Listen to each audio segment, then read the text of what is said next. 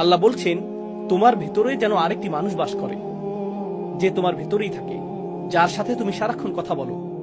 আর তোমার ভেতরের সেই সত্তাটি যেন তোমারই আরেকটি অংশ, যে শুধু আক্ষেপই প্রকাশ করে।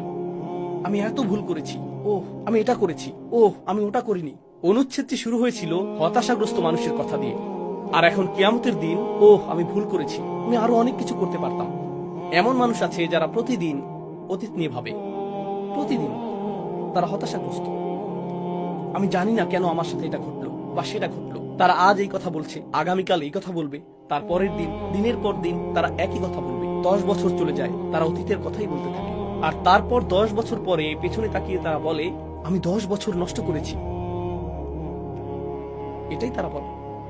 على ما فرطت في جنب الله يا حسرة على ما তারা তাদের আক্ষেপের সাথে কথা বলছে, তারা তাদের ভেতরের আক্ষেপের সাথে ক্রমাগত কথোপকথন চালাচ্ছে।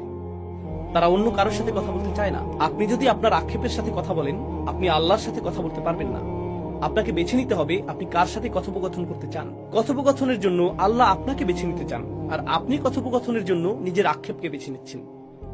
থামুন, কারণ আপনি যদি নিজের মন না বদলান, একটা সময় আসবে যখন চিরকাল আপনাকে সেই কথোপকথনই চালিয়ে যেতে হবে। আল্লাহ আমাকে এবং আপনাকে এর থেকে হেফাজত করুন। না হলে আমাদেরকে চিরকাল শুধু আমাদের আক্ষেপের সাথে এভাবে কথা বলতে হবে। على ما فرطت في جنب الله কত বিষয় আমি কমতি করেছি। তাফরীত অর্থ আমি আরো করতে পারতাম, কিন্তু আমি ন্যূনতমটুকু পূরণ করিনি, আমি যথেষ্ট করিনি। অর্থাৎ আল্লাহ এটাও বলছেন না যে সবচেয়ে ভালো সর্বোত্তমটা করো এবং শ্রেষ্ঠত্ব অর্জন করো। না না না, শুধু তাফরীত করো না। তাফরীত হলো যখন ন্যূনতম একটি সীমা থাকে, যেমন স্কুলে পাশ করার ন্যূনতম নাম্বার থাকে, তাই না? ন্যূনতম পাস নাম্বার ধরি এটা 33, সেক্ষেত্রে আপনি যদি 32 পান, সেটাই তাফরীত, তাই না? যদি তা অতিক্রম করেন, পরীক্ষায় পাশ করেন, আপনি নিরাপদ। আমি তো সহজেই পার হতে পারতাম, এটা কঠিন ছিল না। আমার কাছে তো খুব বেশি চাওয়া হয়নি। তাই সে বলবে, কেন